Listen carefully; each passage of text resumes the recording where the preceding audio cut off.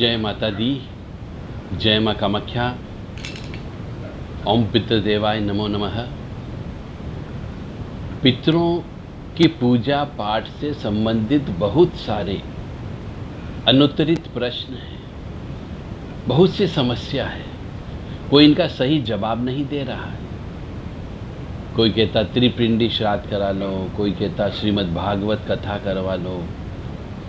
फिर यदि बोलते हैं तो कहते साहब हमने त्रिपिंडी श्राद्ध भी करवा लिया, भागवत कथा भी करा ली, गया जी भी छोड़ के आ गए, हरिद्वार भी छोड़ करके आ गए, इलाहाबाद के संगम में प्रयागराज में भी छोड़ के आ गए, फिर भी पितृ परेशान कर रहे हैं। तरह तरह की समस्या है।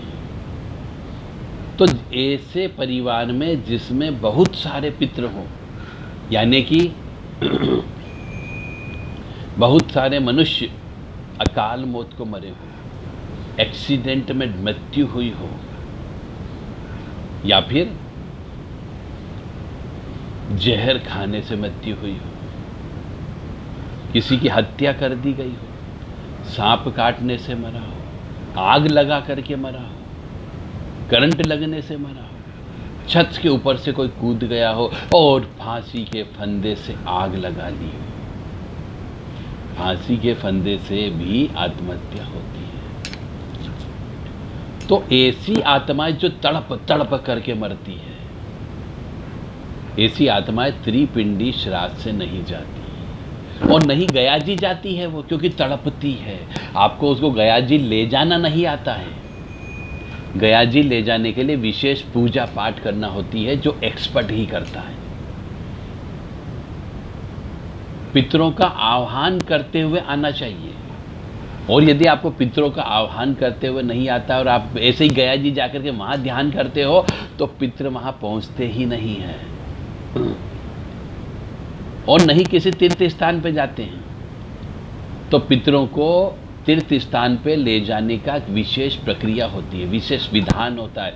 उस विधान से पितरों को आह्वान करके सीट रिजर्व करा करके शुद्ध, सच और पवित्र जगह हमेशा उस चीज़ को रखी जाती है जिसमें ले जाया जाता है। और फिर वहाँ पे पूजन अर्चन होता है, विधि विधान से पूजन अर्चन होता है। ऐसा नहीं 10-10, 15-15 मिनट की पूजा करा दी और पितृ चले जाएंगे, ऐसा नहीं होता है। कम से कम एक पूजा पितरों की होती है, 2.5 से 3 घंटे तक पूजा होती है। विधि विधान से पूजन अर्चन करोगे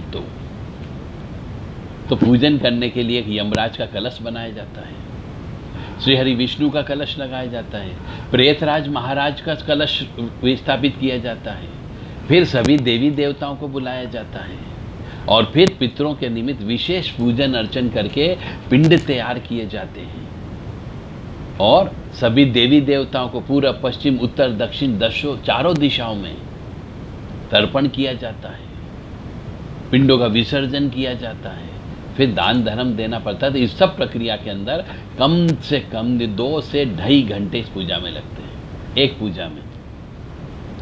तो यदि बहुत सारे पितृ आपके यहाँ पे हैं जिनकी अकाल मौत हुई हो, तो ऐसे पितरों का त्रिपिंडी श्राद्ध से शांति नहीं मिलती है। इनको एकमात्र है शांति और मुक्ति के लिए आपको केवल श्रीमद् भागवत कथा कराना होती है और नारायण बलि की पूजा कराना होती है। तो ये जो श्राद्ध पक्ष आने वाले हैं या आ रहे हैं, पितृपक्ष बोलते हैं, महालया बोलते हैं, पूर्णिमा से लेकर के सर्व पितृमोक्ष अमावस्या तक 16 दिन होते हैं। इन 16 दिन में मनुष्य को पितरों को शांत करना चाहिए, प्रसन्न करना चाहिए और यदि हो सके तो श्रीमद् भागवत कथा करा करके उनकी मुक्ति भी कराना चाहिए। तो जितने भी पितृ होते हैं इस श्राद्ध पक्ष में कराने से सबसे ज़्यादा पावरफुल श्राद्ध पक्ष की भागवत जी मानी जाती है, जो पितरों के निमित्त होती है, घर के अंदर होती है, गुप्त रूप से होती है, उसे सबके सामने दिखाया नहीं जाता। घर परिवार की बहन बेटियों को भी उस पूजा में शामिल नहीं किया जाता है, केवल पुरुष लोग उसके अंदर शामिल होते हैं और शुद्ध, स्वच्छ और पवित्र होकर के वो पूजा अर्चन की जाती है। उसके लिए पहले नांदी श्राद्ध कर्म भी करना पड़ता है। तो इतनी सारी चीज़ें यदि आप करोगे तो ही विधि विधान शब्द का पालन होगा और तो ही पितृ की मुक्ति होगी।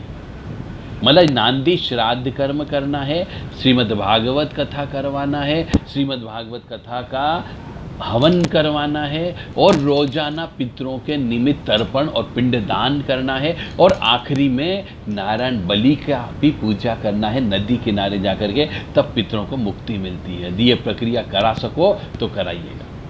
बाकी त्रिपिंडी श्राद्ध एक बार पहले कई बार करा चुके हैं तो भी कोई फर्क नहीं पड़ता पितरों की आत्मा के ऊपर। और जब भी कहीं पे भी त्रिपिंडी श्राद्ध कराए या कोई भी श्राद्ध कराए तो पितरों का आह्वान करते हुए आपको आना चाहिए। और यदि पितरों का आह्वान करते हुए नहीं आ रहा है आपको, तो किसी विशेष व्यक्ति को जिसको पूजा आती हो उसको लेकर के जाएं। अनाड़ी व्यक्ति को लेकर के मत जाना, नहीं तो उल्टा सीधा काम हो जाएगा, आपका पैसे भी बर्बाद हो जाएंगे, समय भी बर्बाद हो जाएगा और पूजा भी बेकार चली जाएगी। इसलिए अनाड़ी व्यक्ति मत पकड़ना। जैसे आप अपने शरीर में यदि कोई बीमारी लग जाती है तो आप अच्छे डॉक्टर को ढूंढते हो, अच्छे लैब में जाकर के अपने खून को टेस्ट करवाते हो कि बीमारी क्या है ये बता दे भैया। हम अच्छे से अच्छे डॉक्टर को ढूंढते हैं, वहाँ पे फीस देते हैं और उनसे सलाह लेने के बाद इलाज कराते हैं। इसी प्रकार से ये जो बीमारी है श्राद्ध पक्ष वाली, यानी कि पितरों की जो बीमारी होती है, इसमें मनुष्य को खा जाती है वो, यानी कि पूरे परिवार के अंदर घुन लग जाता है, प्रगति रुक जाती, अंदर ही अंदर से खोखला कर देती है, तरह तरह से नुकसान प्रदान करती है। मनुष्य सिर्फ और सिर्फ खून के आंसू रोता है। तो अच्छे से पूजा कराइए, दिल से पूजा कराइए, आत्मा से पूजा कराइए और विधि विधान से पूजा करवाना है। और किसी ज्ञानवान अनुभवी व्यक्ति को, जिसने पहले कई बार पूजा करा चुका है, ऐसे व्यक्ति से ही पूजा करवाएं। क्योंकि आजकल कुकुर मुत्तों की तरह जगह जगह छोटे मोटे पूजा करने वाले उपस्थित हो गए हैं और जिनको पूजा कराते नहीं आती है। इसलिए ऐसे कमजोर, कम पढ़े लिखे, कम अनुभवी व्यक्तियों से पितरों की पूजा मत करवाना और दिल से पूजा कराइए, दिल से दान दीजिए पितरों के निमित्त। कपड़ों का दान दीजिए, वस्त्रों का दान देना है आपको, धातु का दान देना है, सोने चांदी का दान देना है, अन्न का दान आपको देना है, गोदान भी देना पड़ता है,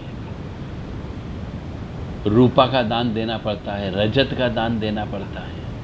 माने कि जो आप अपने पितरों को खुश रखने के लिए दे सकते हो कि भैया अब वो इस आत्मा से मुक्त हो रहे हैं और नई आत्मा के लिए प्रोसीड करेंगे, तो उनके निमित्त जो जो दे सकते हो, मतलब एक मनुष्य को जो लगता है वो सब दान दे देना चाहिए। दान देने में कंजूसाई नहीं करनी चाहिए, क्योंकि आपके पितृ अब आपको कष्ट नहीं दे रहे हैं तो उसके निमित्त भी दान दे रहे हैं, और दान देने से पाप कटते हैं और पाप कटने से आपको खुशियाँ मिलेगी। जब खुशियाँ मिलती तो आनंद आता है, और जब आनंद मिलता है तो आपको लक्ष्मी की कृपा प्राप्त होती है। और जब लक्ष्मी आती है तो घर के अंदर खुशियाँ आती है। जय माता दी, जय माँ कामाख्या। ओम पितृभ्यो नमो नमः, ओम सर्वेभ्यो पितृभ्यो नमः, ओम अरिमाय नमः, ओम अनंतम वासुकीं शेषम पद्मनाभम च कम्बलम शंखपालाय च करकोटकम तक्षकम च कालिये।